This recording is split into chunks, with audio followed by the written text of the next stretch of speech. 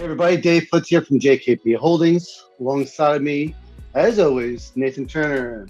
How you doing? What's up, my man? I'm Good, glad to good. see you connecting today. It's been a crazy week, I would say.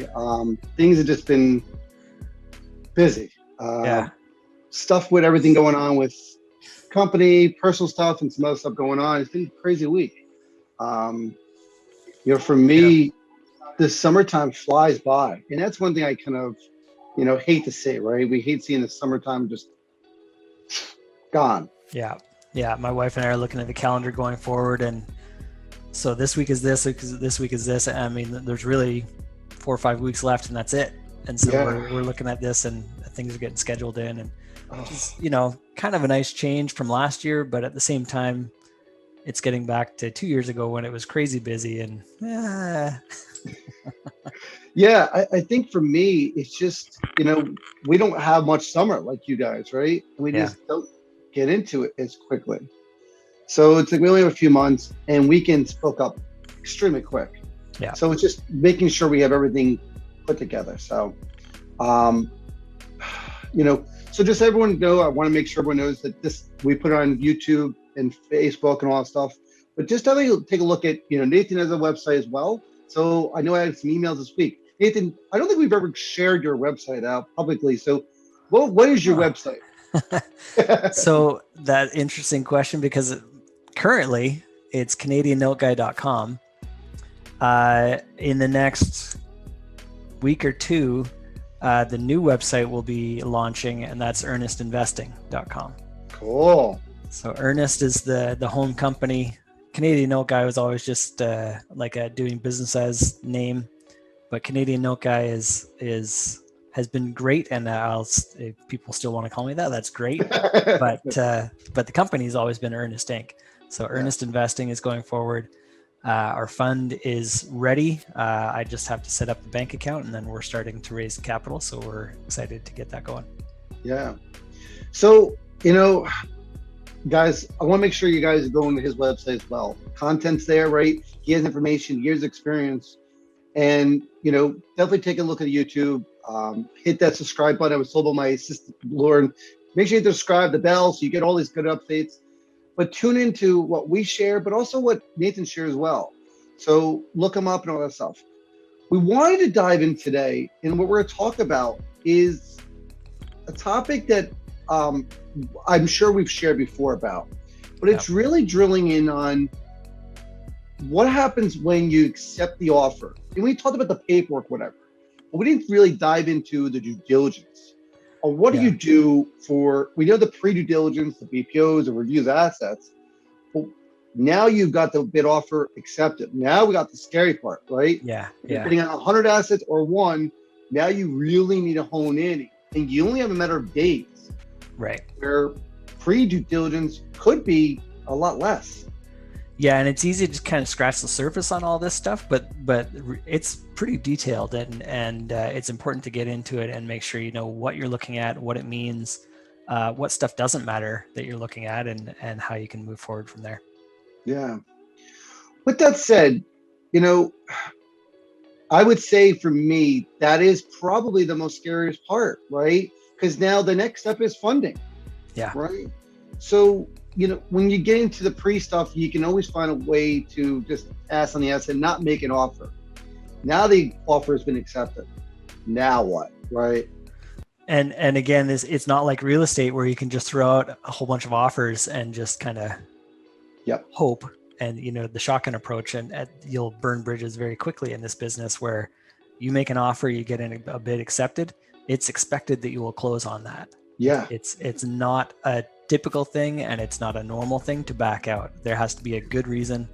And if there's a good reason, you can, for sure. Yes. But you're going into this with good intent and, the ability and promise to perform. And we're not saying you can't get out of a deal, right? But you literally have to have a legitimate reason, right? Yeah. We've got to have deals where the collateral paper was questionable, and we said, listen, can you fix it? The answer was no. Or the house disappeared, the values changed. All those kind of little things can make a deal different, right? Yeah. So Feel free. We're on Facebook Live right now. You can definitely ask questions there, whatever you need to do. But we're just going to chat away here. If no one has questions, kind of just roll through things. Now, what you're going to find out is that sometimes me and Nathan may differ on what we do here. And that's great. Just know the fact that that's available, right? Now, Nathan, you get an email from the seller, bids accepted. Yeah. What's your first step usually? What do you first do? First thing I do at that point is I order right away. So here's what I used to do. Here's what I do now. What I used to do is I would order a BPO and O&E at the same time.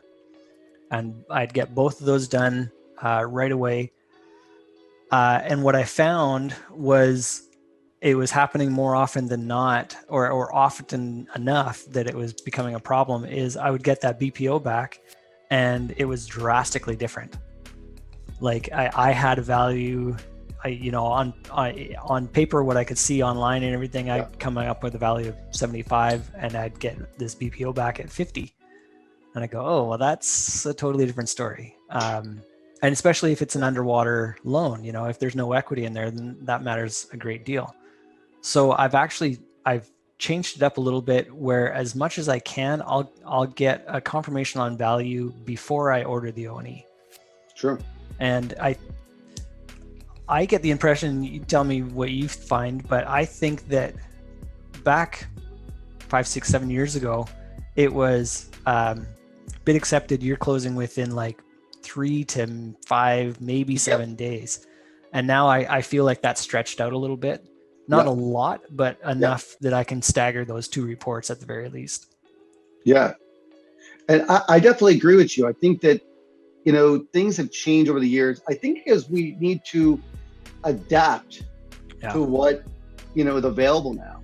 So, and newer people got in the space, and so they're kind of understanding that. And bigger companies are used to trades being a lot bigger. So 3-4 days to do 100 assets is not enough. Yeah, exactly. So they definitely adjust that. I think for me, they expect you to be able to review that collateral, get your BPO, get your O&E within 72 hours and be done. Mm-hmm.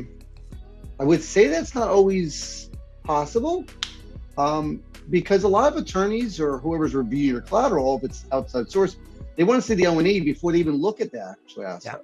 Yeah. The collateral file. Yeah. So that's important.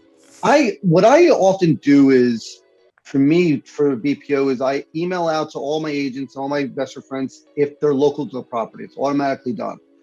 And I get a feel before I bid on it, what I know about it. So my value is pretty confident. What I do when the bid's accepted is then I just have them go out there and drive by the property, make sure the property's still there, make sure the value is pretty still on, and do things like that. So I think for me, that worked out well. Yeah.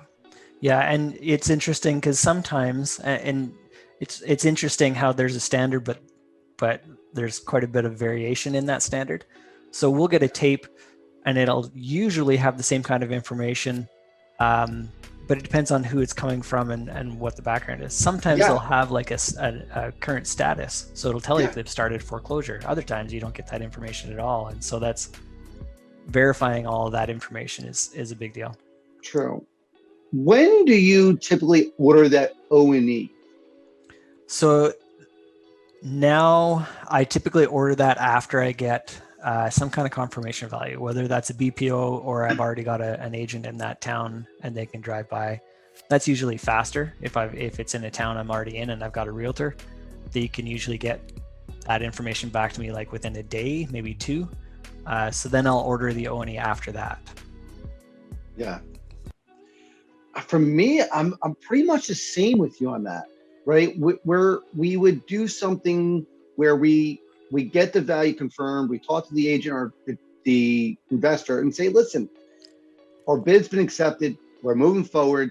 I need a really good solid value from you. Can you drive by the property? I have no problem paying for that time and effort. Mm-hmm. I want you to dive into this property, right? Let me know what you know about it. If you happen to see a neighbor and wave to them and just ask questions, that's great. But really just know about what that property's evolved. Now, if you're doing, Brian asked a question, Howard, we'll get to your question in a few minutes. Brian asked a question, what is one note versus multiple note purchase package? When you're buying a 5 or 10, you can still do the same process here, right? Definitely. When you're buying 50 plus, you got to go bigger, right? So we've done that where we just order the BPOs. You kind of know the fact you're going to get some home runs and some bad ones. So you're ordering your O&Es, ordering your title O&Es, you're ordering your BPOs, and typically, as soon as you can, get a collateral file reviewed, either by your attorney, collateral management company, or yourself. Yeah, and it's kind of a how much time do you have to do that? If you've been given 30 days to close, go ahead and look at every one of those. If you've been given 7 to 10 days, you probably just simply won't have time.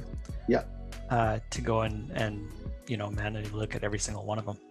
Yeah. Interesting enough, when you buy the one-off deals, you're really gonna spend the time to know about that. But understand you're not gonna know it inside out, right? You don't know all the problems. So there's nothing to prevent you from being in a bad spot. And that's the risk of this business. And there's always a risk in any investment you ever do, and that's it for this. Is when we're talking specifically about first lien mortgages, is what kind of condition is the property. That's really the number one risk, and we're trying to mitigate that as much as possible and get whatever information we can, but there's no way to know everything about that property and absolutely all the potential pitfalls. Yeah. And when we look at these BPOs or values, make sure the property that they're comping is local, right? Make sure that they're not 2 miles, 4 miles away when you're inside of a city. And if it's in a country area where it is kind of diverse, just check out what you're looking at. Take a look at Zillow or a regular website and say, listen, do the comps make sense? Read over it, because that person doesn't care about as much as you do, right? One of the things that when we do go get that drive-by is Hey, fellow note investor, are you looking to learn the basics of note investing so you can get started? However, you don't want to spend a few hundreds or thousands of dollars and hours online on some training program? Have you thought about attending a notes conference? However, you don't want to spend the money or the time away from your family. Well, we have a tremendous beginners video series of 20 different topics, with each video being less than 15 minutes. This means each video is less fluff and direct to the content. Visit www.jkpholdings.com/beginner-series to learn more. Again, www.jkpholdings.com/beginner-series. pictures. I want to see what the house looks like. Yeah. We've talked before. I don't want your opinion. I just want the facts of what it is. Yeah, exactly. The roof, don't tell me you think the roof is 3 months old. Show me what you are seeing that concerns you, and let me know what that looks like, right? Yeah, when I'm looking at that BPO, one of the most valuable things to me is, you've got all the stats and the side-by-side comparisons, but really one of the most valuable pieces is where you've got realtor comments. And there can be some really pertinent information on there that just doesn't fit in the chart. Yeah.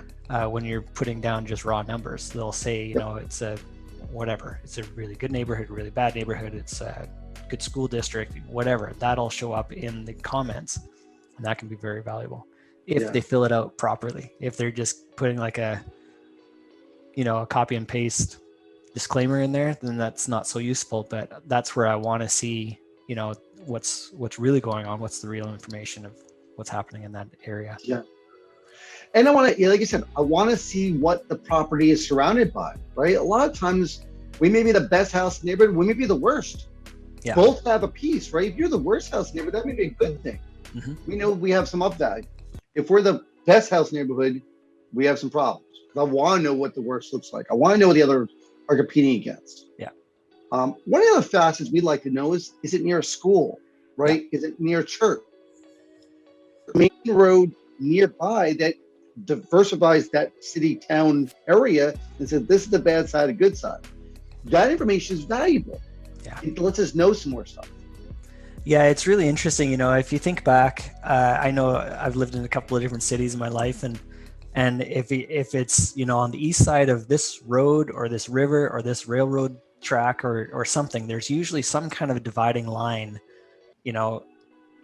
northeast, southwest. There's something there. Usually, there's some kind of dividing line that will say on this side is really good, on this side not so much. Yeah. And above or below this or either side, and it's as much as you can, it's good to know that kind of information. It's so true, right? We don't realize what because we know our own home ground. We don't realize if we look at a map and okay, it is what it is. So it begs the question. So the next thing we typically look at is this O&E thing, right?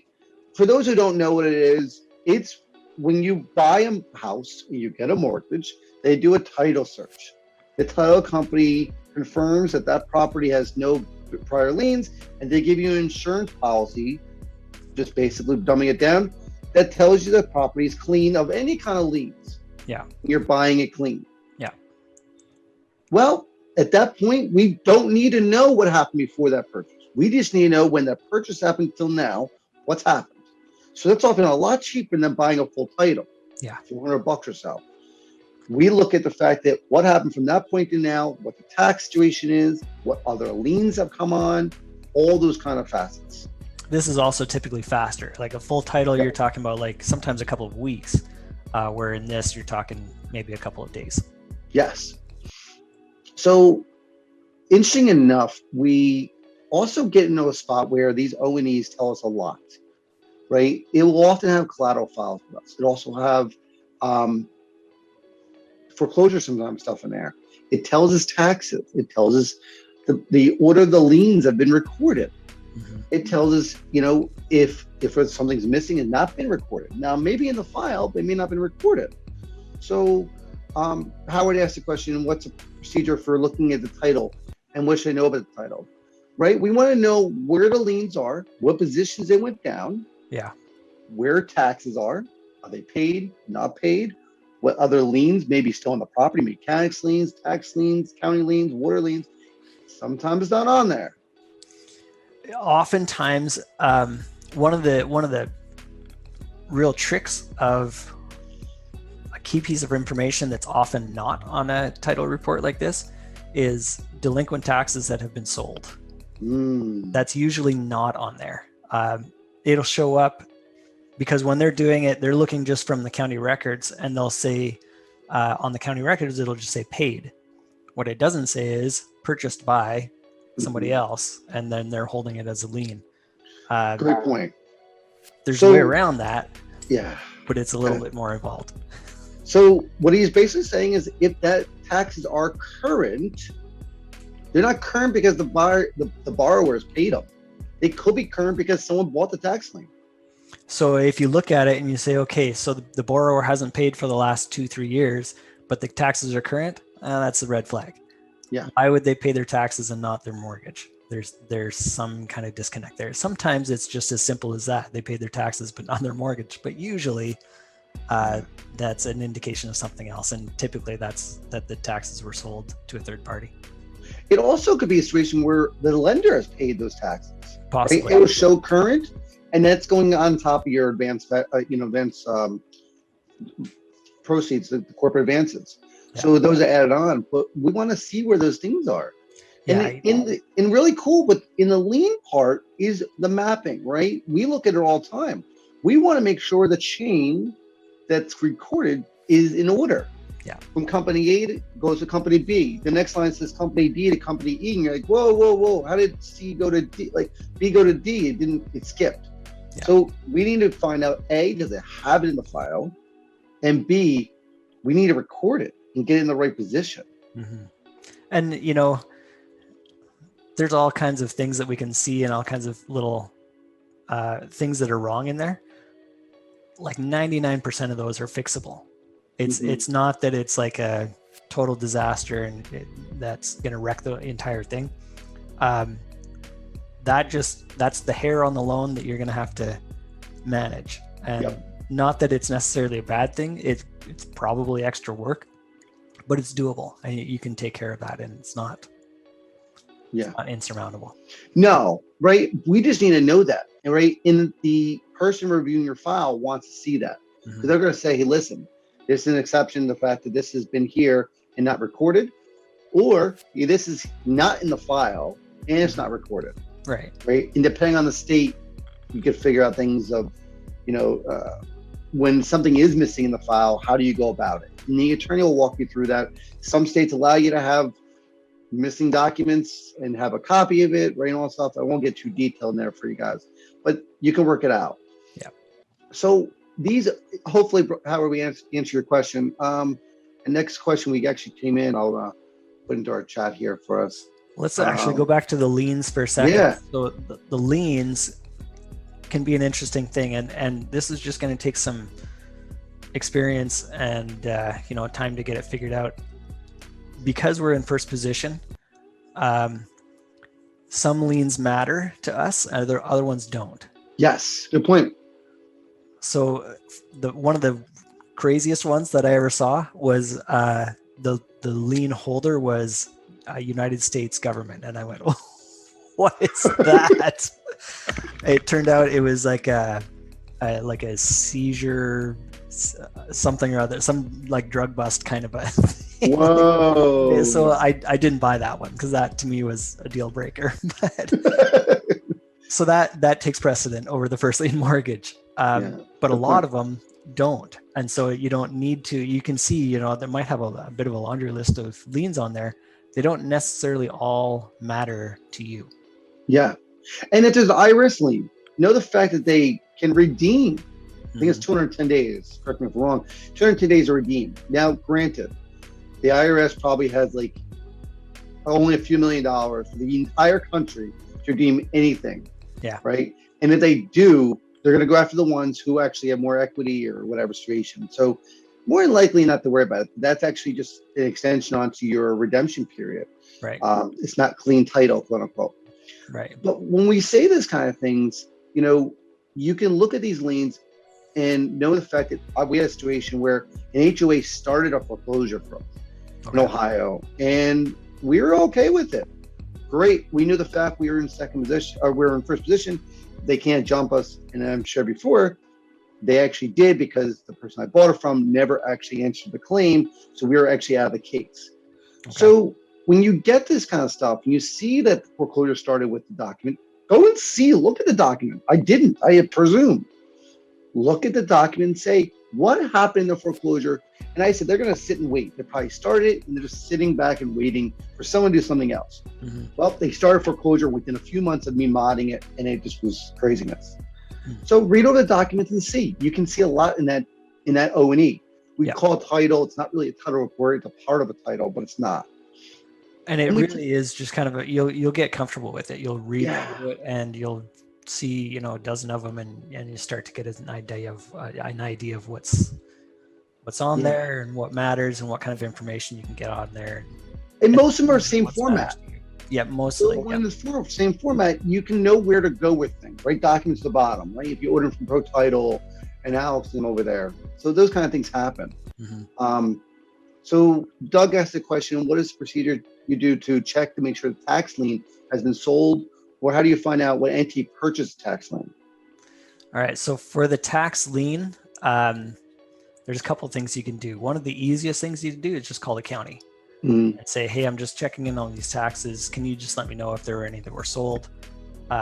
It'll take you 2 minutes and you'll be able to get that information. If you don't feel like getting on the phone, you can order a report. I think that they still do this through, who was it? Dang. Black Knight. Black Knight, yep. They would do a report. I haven't actually ordered one for quite some time. I call the county because it's 2 minutes. Yeah. But they do offer that report, and it's cheap. Back when I was ordering them before, it was like $12 or $14 or something like that. Like they're really not expensive. Yep. And it was a really good report, but it just, I can call, so I'll call. Yeah, absolutely. I agree with you totally. For me, it's the time I need, right? I make a quick phone call, the county records. Remember, all this stuff is public knowledge. It's not that it's hidden behind closed doors. It's all public information for everyone. So make sure you kind of check that stuff out. So let's go to our next step. What are you typically looking for now? One of my next items is typically annual taxes, right? Knowing the fact that the annual taxes are the dollar amount, what they are, because I need to know it for my calculation. Yeah. If I'm in a foreclosure situation and it's going to take you 6 months, I need to estimate the extra tax that we're due plus what moves forward. Yeah. I can't forget the fact that taxes are still accumulating. Yeah, no, that's a great point. And that's definitely one that I look at as well. You can get up into Ohio or someplace where it's like $4,000 a year on this little, 1,000 square foot bungalow. Yeah. Versus one, for example, I've got down in Mississippi and it's $600 a year. So that makes a tremendous difference to my numbers. So I want to just make sure I know what that is. So like for this one in Mississippi, we had a listed for sale. We actually just went into contract for somebody we're doing a seller finance deal. And we were looking at, as we're holding it, we get a tax bill and, well, do we need to pay that right now or can we wait till we're selling it? It's seller finance, and now we're going to have to pay it anyway. But if we sold it through the realtor, just a cash deal, that would have come out of escrow. So rather than it having to come out of my pocket, it would have just come out of escrow, and it's $600, so I don't care. Yeah. In this case, I'm going to have to pay it, but I was willing to put it off because it's $600, and then the penalty on that's going to be an extra $20. So I was willing to let that go. Just so I didn't have to come out of pocket for that. It's funny because, same story, like remember being in a car a couple years ago, we had a property in Alabama we're foreclosing on. It was auction day and I had to come up with the dollars to pay it. Yeah. And I'm like, telling my wife, I'm like, oh my God, I forgot. I got to make the payment for the foreclosure. And we're used to our tax bill, right? Yeah. In Jersey. And the tax bill was like $423. Yeah. And her first question was, is that for a quarter?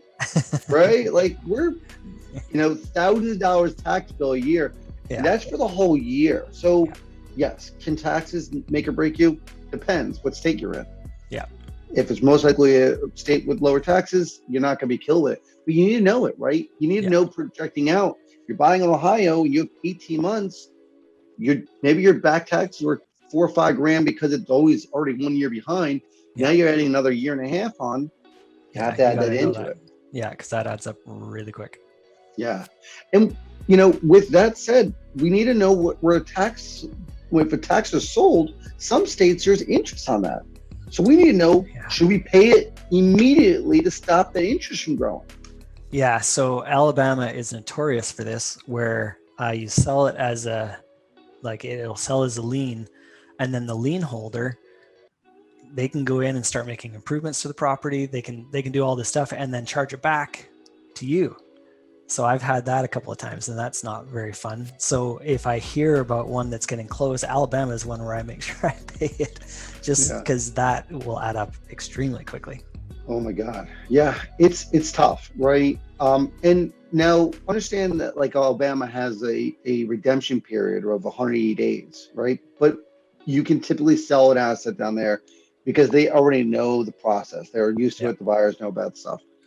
Just know that. The other thing for Alabama that's just a pain is anytime the taxes sell as a lien, it's a process. Like you've got to go, you've got to get with the county first of all, and they send you out a document.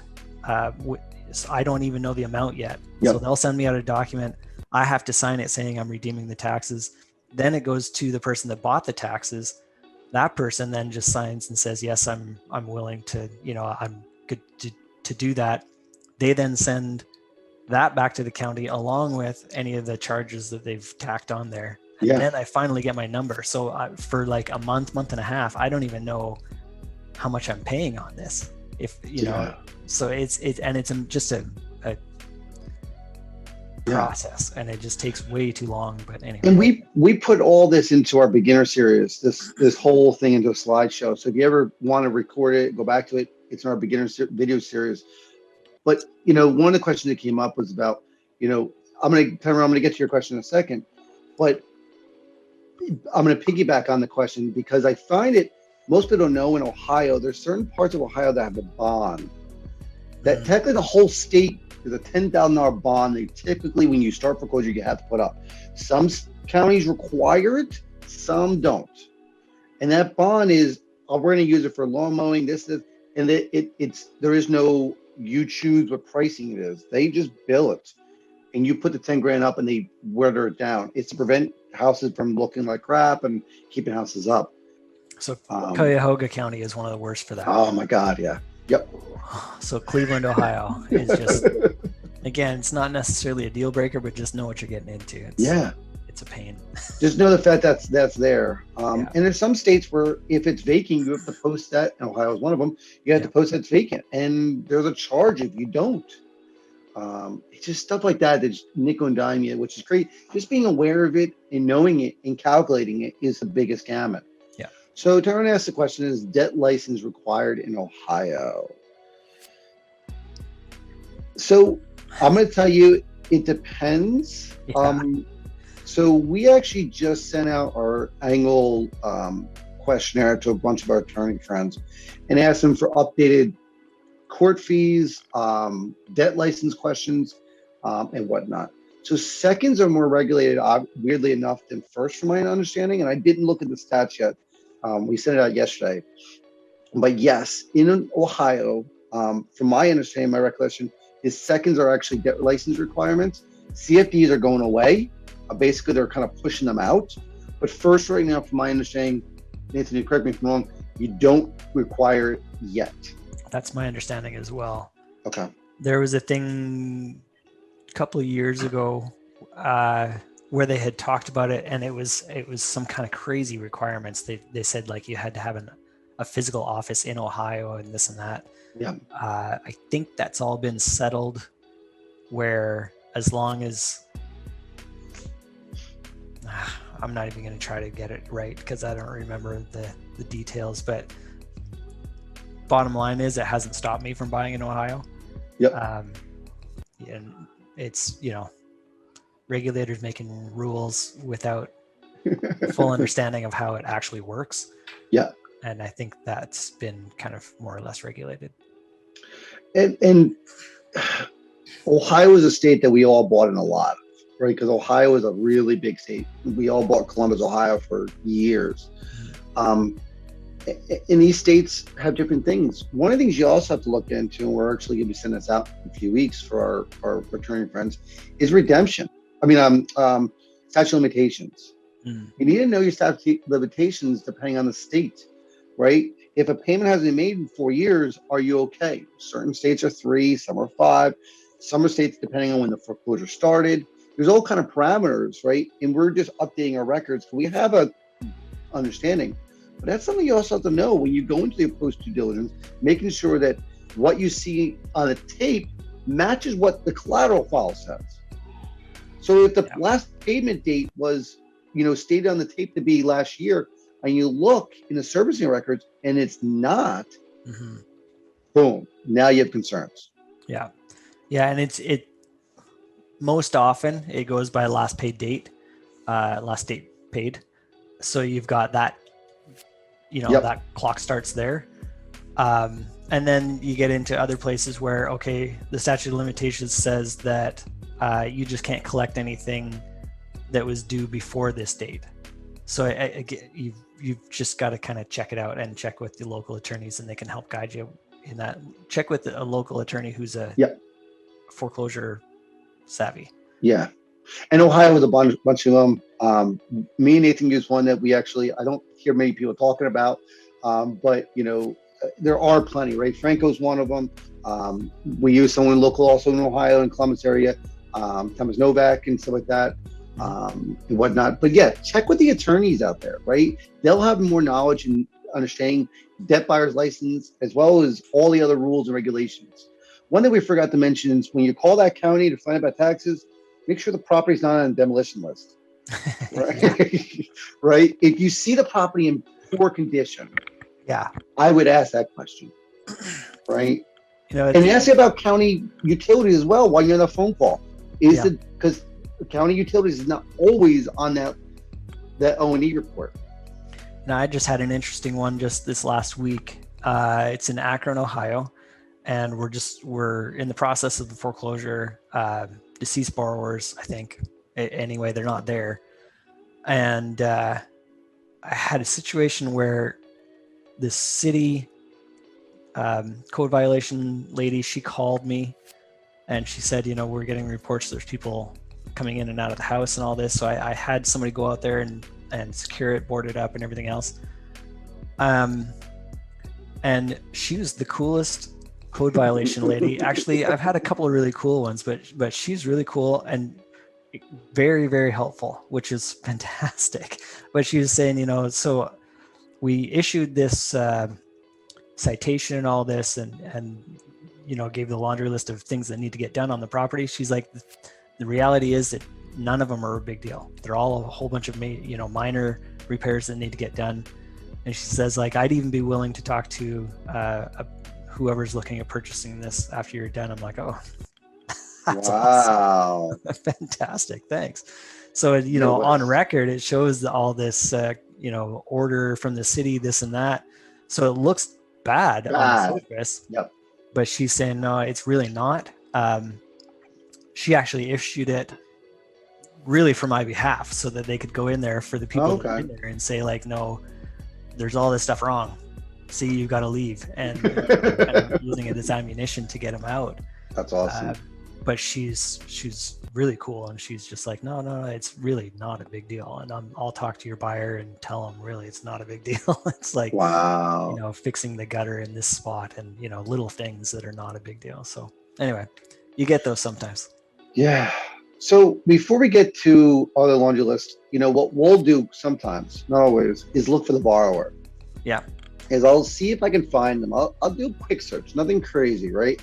I'll look at LinkedIn, I'll look at Facebook, I'll Google the name, I'll Google the address. I Googled the address one time and it said house fire. Oh crap, right? But look at the borrower, right? I always share the story that I was on Facebook looking up at one borrower and their son was rapping to the house and walking through it. Now, it was like 2 weeks prior, and I'm like, I get interior photos. Yeah. And I know the interior condition of the house. So you just want to find out what's going on. Hey, I'm at the hospital again. I didn't get a job, or hey, I finally got a job. Yeah. And those little things, if you're doing one-off deals or 5, whatever, you can do that. You can spend the time. You can hire a VA to just search them out. Find out the borrower's story. Yeah. Yeah. And if that means that you can avoid doing a full foreclosure and they'll just do like a cash for keys or a mod or something, oh my goodness, you save so much time and money and energy and everything. So it's definitely worth it. We bought a loan. I don't look at all of them. I don't look for all of them, but if and when it makes sense. When something sounds weird, that's when I kind of dive in and look at a borrower, right? Yeah. We had a situation where the house was in great condition. It looked like they locked up. We did trash out and that it was just because it was in a bad spot. We winterized the property and we looked them up. They were actually churchgoers who moved to go, I guess he was a preacher and was going to California to preach and just kind of vanished. And I found him on Facebook and I bought the loan, got deed in lieu and it was done. I mean, it was that easy. Yeah. So it was just kind of weird things like that. So one thing we also want to get into is, modification forbearances. And reading these files, knowing what it is, know the time period, knowing the fact that what's been pushed off, and make sure it matches the tape information once again, right? Yeah. If the UPB doesn't match up or the payment amount doesn't match up, the maturity date doesn't match up, make sure those things line up because the terms may have changed. Yeah. Yeah. And that is so useful and helpful to get through. If you can get the servicer's notes. Yes. So I've had this a couple of times now where I'm looking through the servicer's notes and I'm looking at the communication between the mortgage owner and the servicer. And oftentimes, whoever's selling the note is not the same one who's working the note. Yes. So they'll have all kinds of stuff like where it's like this close to getting worked out one way or another. And the seller's saying, we'll sell it for this price. I'm like, are you kidding me? Absolutely. Yeah. That close to a resolution. Yeah. So I'm able to get a better deal that way. And the flip side, The borrower is arguing, screaming, "Hey, whatever happened," or, "Hey, listen, my father died. I'm looking to make things work out." All those kind of little things just give you insight. We had somebody who was seasoned probably about 5 years ago or so, and the question came up through someone else and says, "You can't get servicer notes." And I says, "Well, there are a few servicers that kind of hold off on that. I know a few of them, but most of them, yes, you could definitely ask for servicing notes and history. Ask for them, right? If they don't, question it. There's one servicer out there that I know that doesn't, but you can absolutely pull down. And if they don't give it to you, I personally don't know if I trust buying the asset. Yeah, why not? You got to ask that question. What are you trying to hide then? Because that's kind of weird. Yeah, I've had that too, where I saw one, it was kind of a funny one, where it was a loan down in Texas, and the back and forth was crazy, where this lady was just bringing up all kinds of ridiculous arguments and, this and this and blah, blah, blah, blah, blah, blah, blah. And it from what I could read, it just looked like it was a never ending saga. And I'm like, I'm not sure I want to walk into that, not for this price anyway. And so I brought that up and they wouldn't budge on the price. So I'm like, okay, well, no, that's not worth my aggravation. So the next thing we want to get into is, the title policy. I'm going to hold off on my list here because we were talking about it before. And know the fact that if there is a problem with title once you buy it and a lien does appear, you could file a title policy claim and you could get paid off the entire balance of the loan because that's their mistake. So just know the fact that's available. We've also read modifications and forbearances. Keep in mind, if you see in the service notes that a mod is pending, this happened to us, make sure you reach out and talk to the seller and make sure you ask them to make sure they talk to their servicer, that they freeze it before you buy it, or let me know the terms of your negotiation of what possibly could happen. Because if that goes through, everything else changes. Yeah, I've had that where they're working on a mod. Great. What are the terms? Because I want to make sure those terms work for me at the price that I'm buying the note at. Yeah. And we've had situations where, you can always take a lump sum of money and put it at the end of the loan with no interest. Right. Where it's just a balloon at the end and it's not accumulating interest at all. And that may change everything, right? And if they change the terms, years, amounts, P&I, and it's different from that initial tape data, that's when the problem begins, right? Yeah. So forced place insurance. Now, I've talked about this. I think I'm blowing my face here. If there's forced place insurance in place, you need to know that for expenses, to know that you're going to be paying this out. You should be getting it back. You should be, but it could be expense you need to understand that you may take if you're going through foreclosure. And there's two different policies. Remember, we talked about the fact that there's one policy type that you can file on if you own it, and it was the old policy. And there's a certain one where it ends when it gets sold. Right. So depending on which policy you have, you need to make sure that you can, if there is a policy on it, that it's one that can transfer over. Right. But at the very least, get insurance. Yes. If you're not sure, insure it. Yeah. You never know what's going to go on, and the cost of the insurance is not prohibitive. It's not super duper expensive. And before anyone asks, what do you insure properties for? Everyone has their own figures. Some people put the UPB, some people put what they're into a loan for. I recommend you talk to your insurance company or whoever you're getting it from and find out their terms to say, if I put this amount, what it could happen, because there is a policy part where if you don't insure it enough, you can be penalized. Right. Just make sure. We have a whole video on that too. So take a look at that. It's really interesting stuff. I know, Dave, you and I both have been stung with that one. Not fun. No. I didn't insure it for enough. Yeah. And it's like, it's $5,000 off. Like, whoa, the damage. And it's like, well, we're broke even because you didn't get your deductible. It's like, oh crap. So yes, it's tough, right? Yeah. But make sure you have that situation. Okay.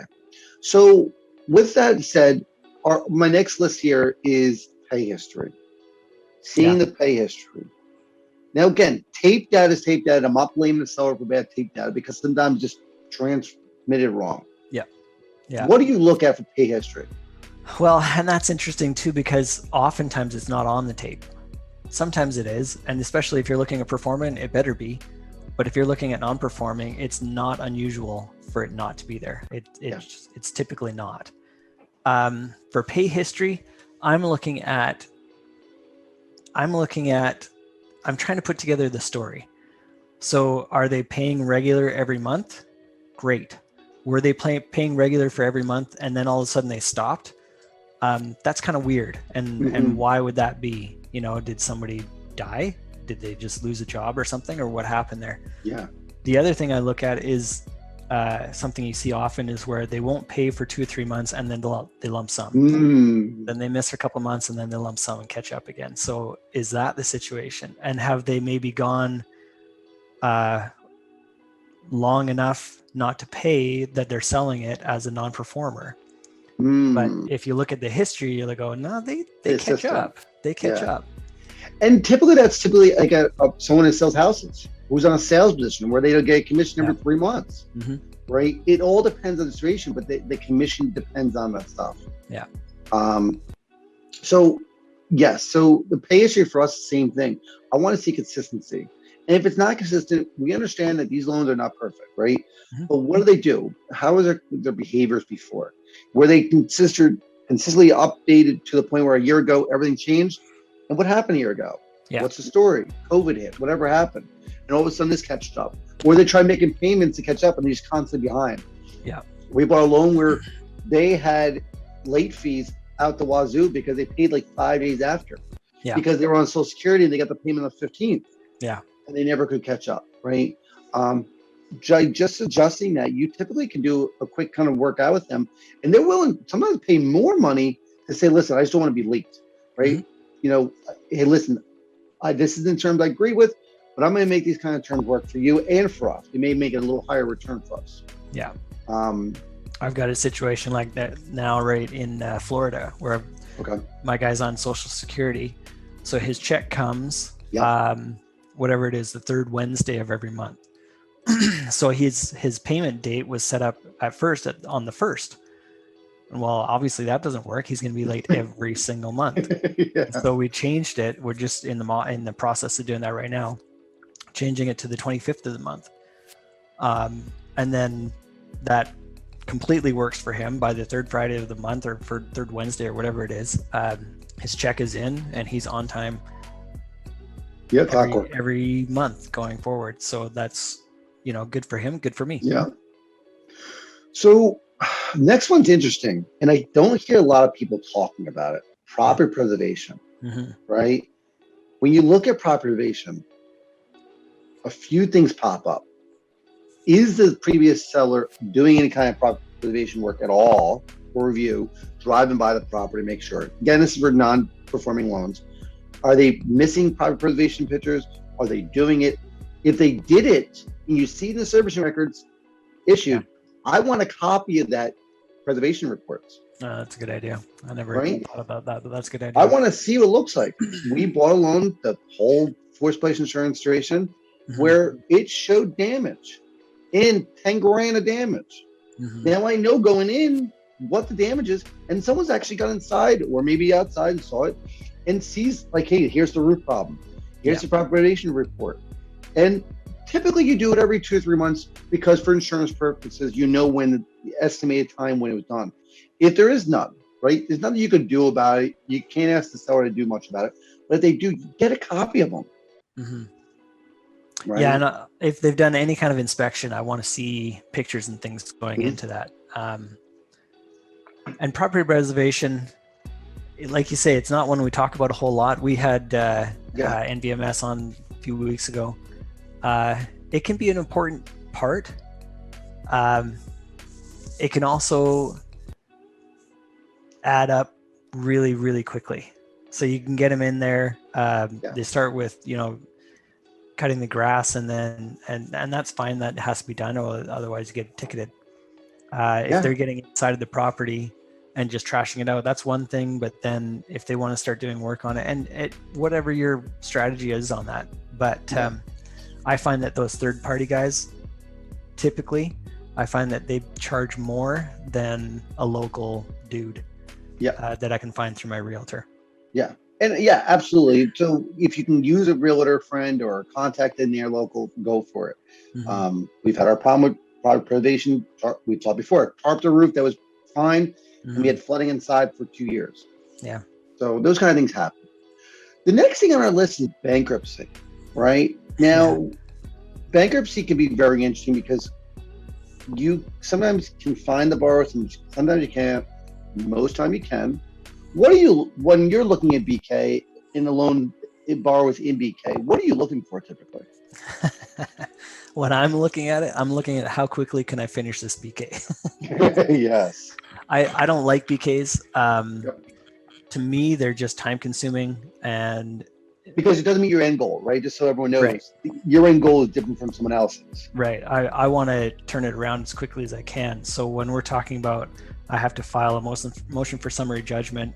First of all, I got to file for a motion for relief, and then we've got to have a hearing about it, and then we've got to have another, hearing to confirm that hearing, and it's just like endless hearing after hearing and meeting after meeting until we finally say, yeah, no, he's really not paying. Yeah, I know.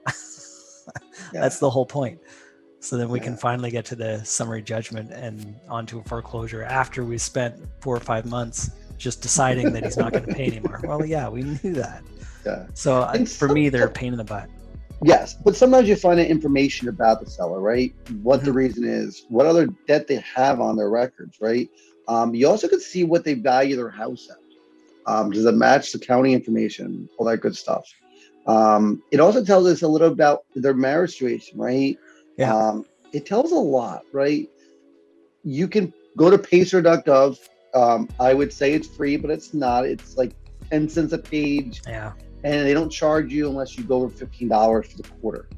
So it's not a killer deal. But you can definitely log in there, look at stuff. You may get lost, but you can pop around there. There's enough people in the space to understand it. You can definitely ask. But you just want to see what their petition says. Now, understand that BK, we've had BK stuff on before. There's people paying inside the plan, outside the plan, paying their arrears, all those kind of little things. But just get comfortable with it to know the fact that you do need to check it to make sure when you're in that due diligence period, what's going on in the BK. Some people consider their arrears found money. You may have 5 years of arrears payments on top of your P&I that's coming in. That's a golden ticket. You may be able to buy that thing at 9% interest rate, and you're getting arrears for the next 5 years. You're getting a killer return. Yeah. They can be really good. Don't get me wrong. It's one of those things that I prefer to steer clear of them partially because I don't have a full understanding of them. And partially, like you say, it just doesn't meet my end goal. Yeah. So I've got one for you, and tell me if you've ever run across this in BK. So I've got one where it's property in Ohio and talking about property value. So I'd never heard of this before, but talking with guys over at Satili and Brilli, the borrowers are trying to do what they call a cram down on value. Have you dealt with that before? It's been a bunch of years. I haven't done it in a while, but basically they're cramming it down and saying the house is not worth what the value of your note is. Right. Which in this case, it's really not. And they're completely using it as a stall. And they're trying to just work things around. Yeah. And the stall is working, unfortunately, but I find it so frustrating because they're just saying, well, no, it's not. And I'm going, guys, it's ridiculous. Of course it is. But so the flip side, BK, right? We're talking about the good when they actually file. Understand that when you're going through non-performing stuff, you may be in a spot where you need to make sure that they haven't filed 5 other times. Where Florida's notorious for this, where they go to foreclosure sale and they file BK. Yeah. They have 30 days to get the plan together, right? And then they could file.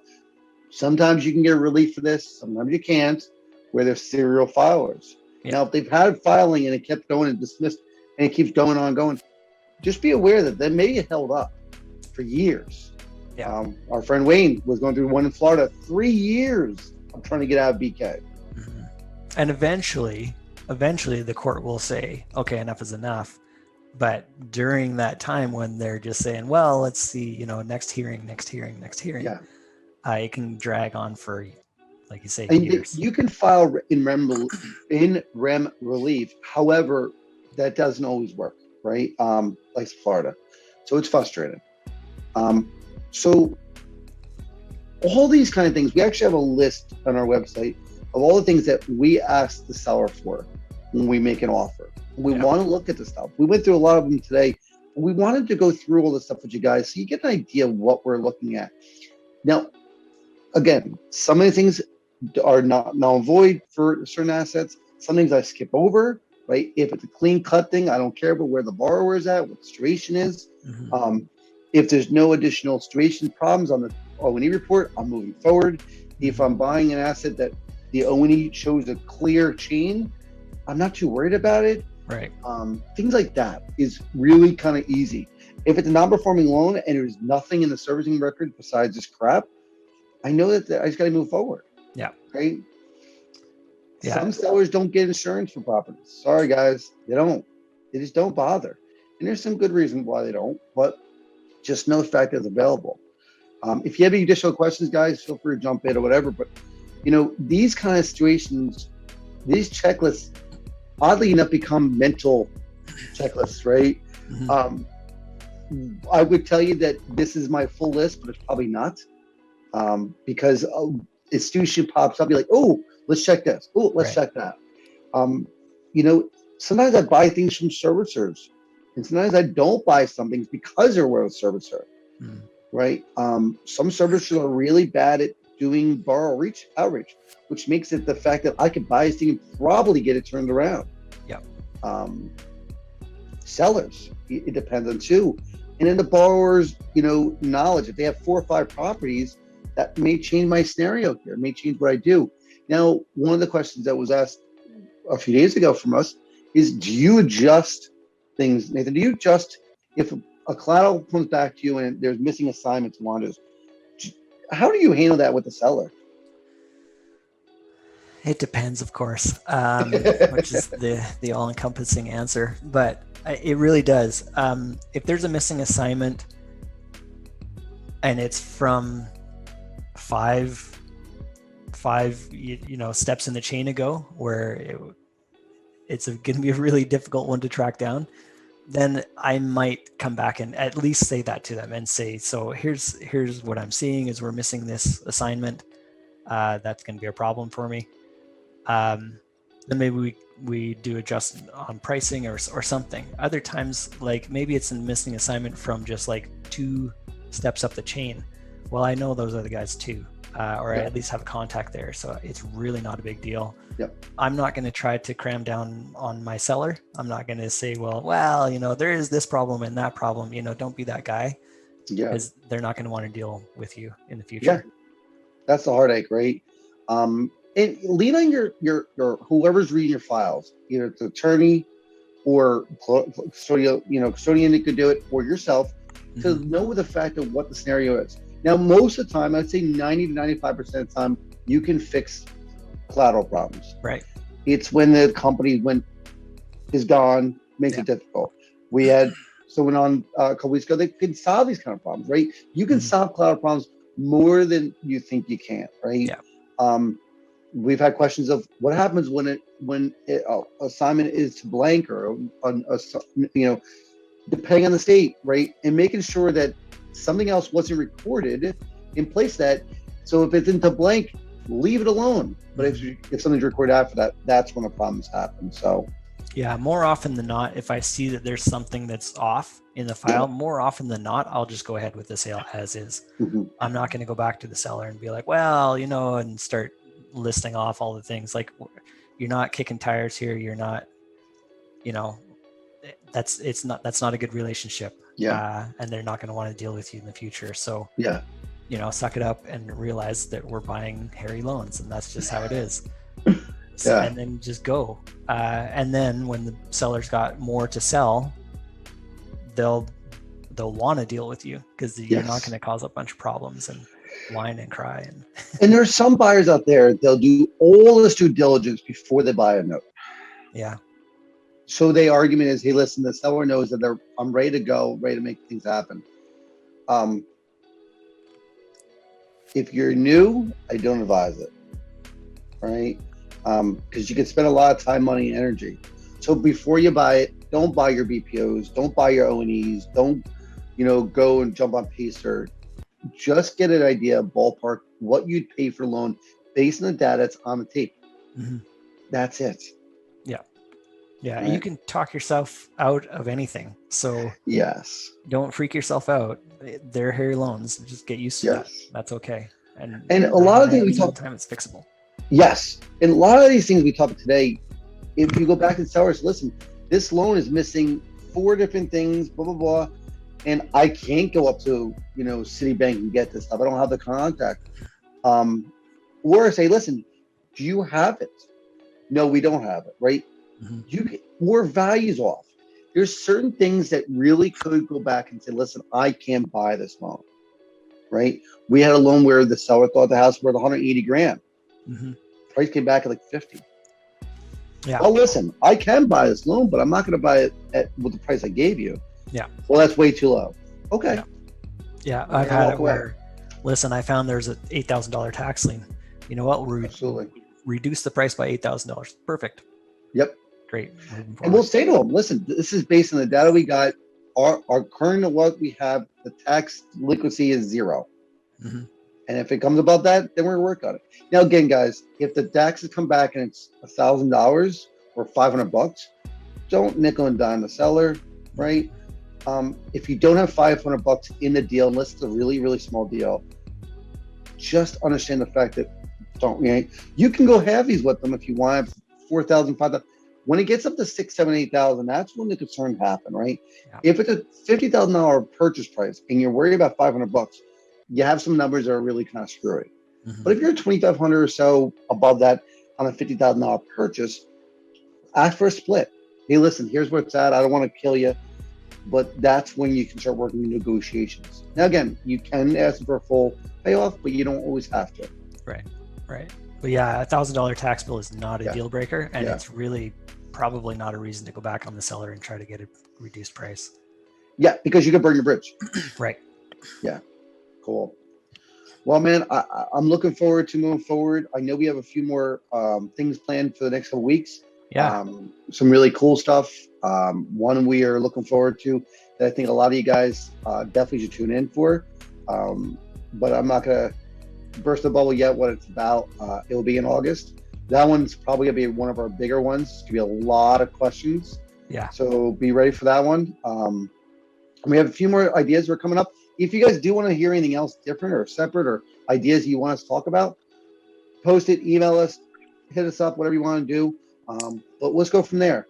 Or guests that you want to have up here or whatever. Let us know. If it's a special thing you want to talk about and there's a guest you know about, let's bring them on. Let's talk to them. This is a great opportunity to just get out there and network, right? We find out things by networking. Yeah. Education's a big thing, but networking is probably the biggest thing for me for what I learned the best versus a presenter. So cool. Thank you very, very much, everyone. I appreciate tuning in. Nathan, always a pleasure, man. Hope you have a great weekend. I know it's supposed to be somewhat decent weekend, except for Sunday for us, but rainy on Sunday, but otherwise looks great. Yeah. So sounds good. We will talk soon, everyone. Have a good time and we'll have fun. You bet. Thanks.